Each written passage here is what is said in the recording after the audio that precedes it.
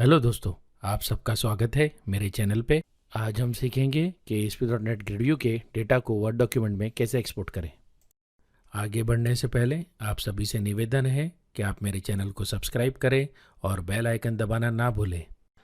सबसे पहले यहाँ पर मैं आपको web.config फाइल दिखा रहा हूँ, जहाँ पर मैंने कनेक्शन स्ट्रिंग डिफाइन कर रखी है जो कि नॉर्थविंड डेटाबेस को कनेक्ट करती है।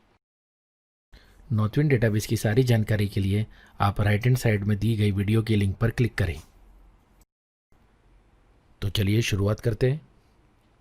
सबसे पहले मैं ग्रिड व्यू कंट्रोल ऐड कर रहा हूँ।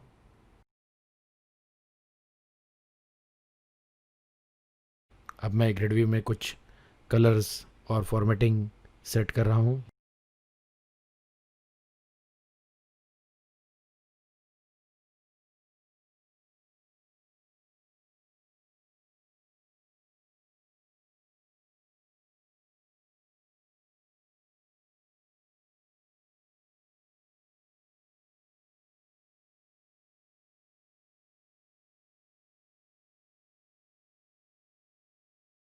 यहाँ पर मैं रो स्टाइल बैक कलर सेट कर रहा हूँ और उसके बाद मैं ऑल्टरनेटिंग रो स्टाइल बैक कलर सेट करूँगा।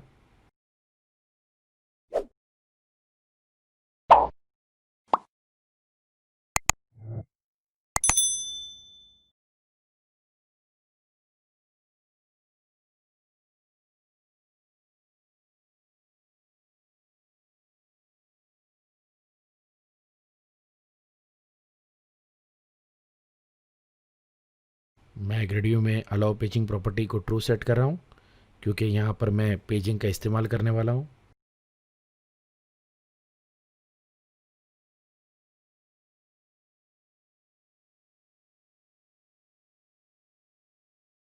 अब मैं ग्रिड व्यू में कॉलम सेट कर रहा हूँ। यहाँ पर मैं 3 कॉलम सेट करूँगा। इस एग्जाम्पल के लिए मैं नॉर्थविंड के कस्टमर्स टेबल का इस्तेमाल कर रहा हूँ। सबसे पहला कॉलम है कॉन्टैक्ट नेम।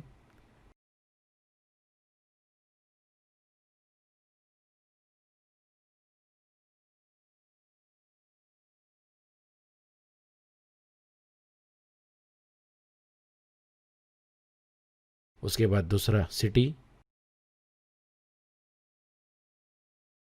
और तीसरा कंट्री। हमारे ग्रिड व्यू तैयार है। चलिए कोड बिहाइंड में शुरुआत करेंगे नेम स्पेसेस से। सबसे पहले सिस्टम डॉट आयो, इसका इस्तेमाल ग्रिड व्यू के एक्सपोर्ट में होगा।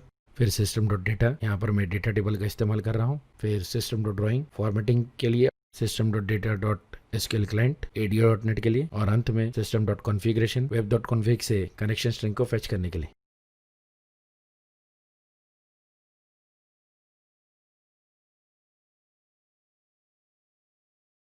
पेजिंग और ग्रिड को बाइंड कैसे करना है उसकी सारी जानकारी के लिए मैंने एक वीडियो बनाया है और उस वीडियो की लिंक आपको राइट हैंड साइड में नज़र आ रही है। आप क्लिक करके उस जानकारी को प्राप्त कर सकते हैं।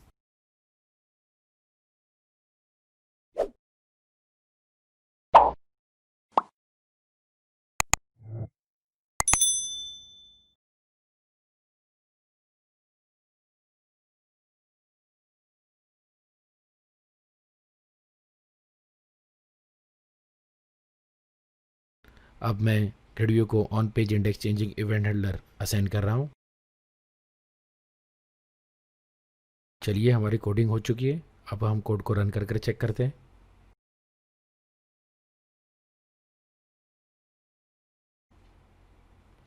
आप देख सकते हैं ग्रिड व्यू डेटा डिस्प्ले कर रही है और पेजिंग भी अच्छी तरह से काम कर रही है। चलिए अब हमारे अंतिम पार्ट की ओर, जहाँ पर हम ग्रिड व्यू को वर्ड में एक्सपोर्ट करेंगे।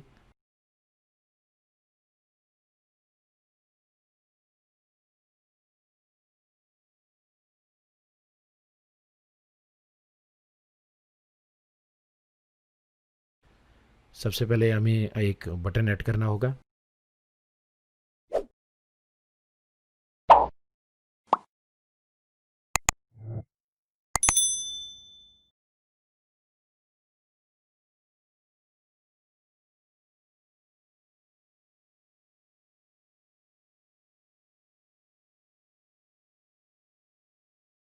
चलिए चलते हैं कोड बिहाइंड में।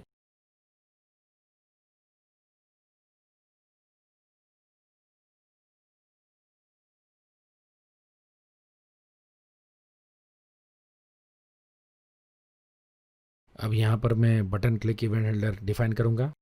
यहाँ पर मैं कुछ बेसिक जानकारी देना चाहूँगा कि वर्ड में एक्सपोर्ट करने के लिए ग्रिडव्यू को रिस्पॉन्स क्लास का इस्तेमाल करके एक्सपोर्ट किया जाएगा।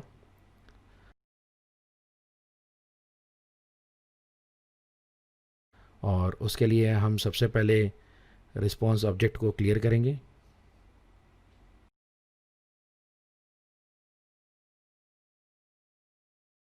उसके बाद बफर को ट्रू सेट करेंगे। अब मैं रिस्पॉन्स में एक हेडर ऐड कर रहा हूँ, कंटेंट डिस्पोजिशन। इस हेडर का इस्तेमाल इसलिए होता है कि हमें ब्राउज़र को बताना होता है कि जो फाइल डाउनलोड हो रही है वो क्या डायरेक्टली ओपन होगी या एज एन अटैचमेंट डाउनलोड होगी।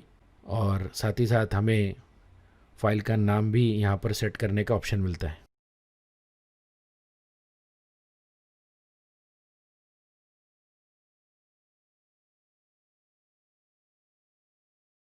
अब यहाँ पर एक और इम्पोर्टेंट चीज़ जो कि है कंटेंट टाइप, जो कि ब्राउज़र को बताता है कि जो फाइल डाउनलोड हो रही है वो किस टाइप की फ़ाइल है। यहाँ पर मैं कंटेंट टाइप सेट कर रहा हूँ vnd.ms वर्ड। अब यहाँ पर मैं स्ट्रिंग राइटर क्लास का एक ऑब्जेक्ट बना रहा हूँ।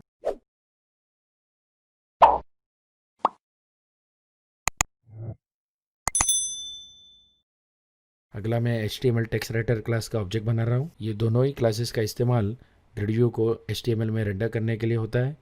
अब यहाँ पर मैं कुछ जानकारी देना चाहूँगा कि हम ग्रिडव्यू को वर्ड में कन्वर्ट नहीं करने वाले, बल्कि हम ग्रिडव्यू को HTML में रेंडर करेंगे। यानी कि HTML टेबल में ग्रिडव्यू कन्वर्ट होगी और फिर उस HTML टेबल को वर्ड फाइल बनाकर ब्राउज़र को एक्सपोर्ट किया जाएगा। तो एक तरह से देखा जाए तो हम एक्चुअली HTML को ही एक्सपोर्ट कर रहे हैं एज वर्ड फाइल। आगे मैंने ग्रिडव्यू की अलाउ पेजिंग प्रॉपर्टी को फॉल्स सेट कर दिया है, क्योंकि एक वर्ड में हम पेजिंग नहीं कर सकते, इसलिए हमें सारे रिकॉर्ड्स को एक साथ एक्सपोर्ट करना होगा। क्योंकि अगर हम पेजिंग को ट्रू सेट करेंगे तो होगा ये कि सिर्फ जो पेज अभी करंटली डिस्प्ले हो रहा है उसी को एक्सपोर्ट कर दिया जाएगा। इसलिए सबसे पहले ज़रूरी है हम इस प्रॉपर्टी को फॉल्स सेट करें।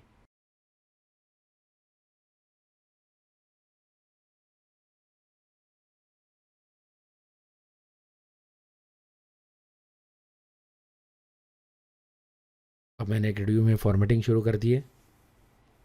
तो मैंने सबसे पहले एक लूप चलाया है हेडर रो की सेल्स में।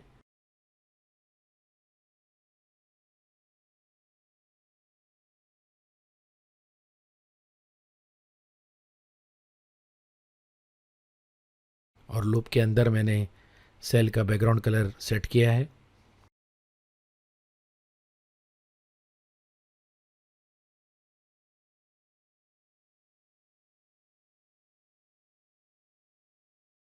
उसके बाद मैं एक और लूप चला रहा हूँ जो कि ग्रिडव्यू रो पर चलाया जाएगा।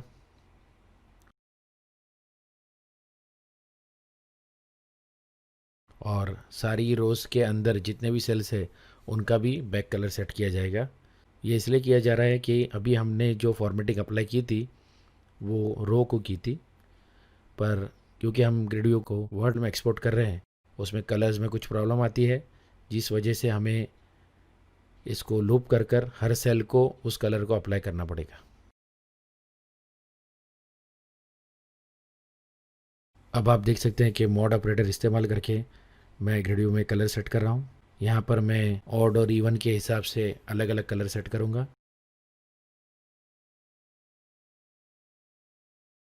जो कि ऑलरेडी हमारा रो स्टाइल बैक कलर और ऑल्टरनेट रो स्टाइल बैक कलर है।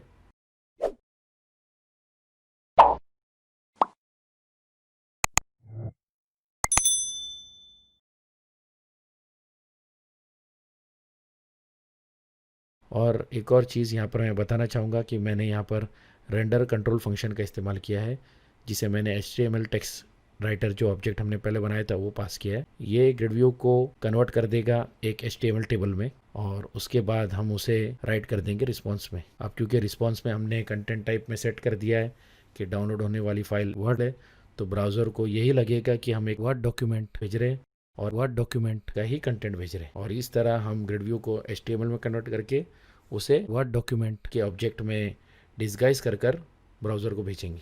अब अंत में रिस्पॉन्स को फ्लश किया जाएगा, साथ ही साथ हमारे ग्रिड व्यू को भी वहाँ पर राइट कर दिया जाएगा। अब आप देख रहे होंगे कि मैं एक और इवेंट ऐड कर रहा हूँ, जिस इवेंट का इस्तेमाल इसलिए होता है क्योंकि अगर आप ग्रिड व्यू को रेंडर करते हैं और क्योंकि हम यहाँ पर फॉर्म का इस्तेमाल नहीं कर रहे हैं, इस वजह से एक एरर रेज होता है, तो उस एरर को सप्रेस करने के लिए इस इवेंट का इस्तेमाल होता है।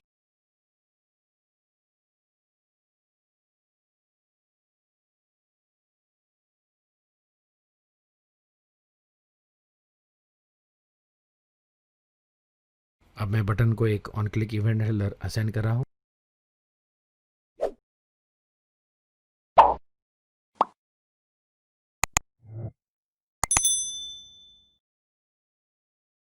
तो चलिए कोड को रन कर चेक करते हैं। तो चलिए बटन पर क्लिक करते हैं। ये देखिए फाइल को ओपन सेव करने का ऑप्शन आ गया।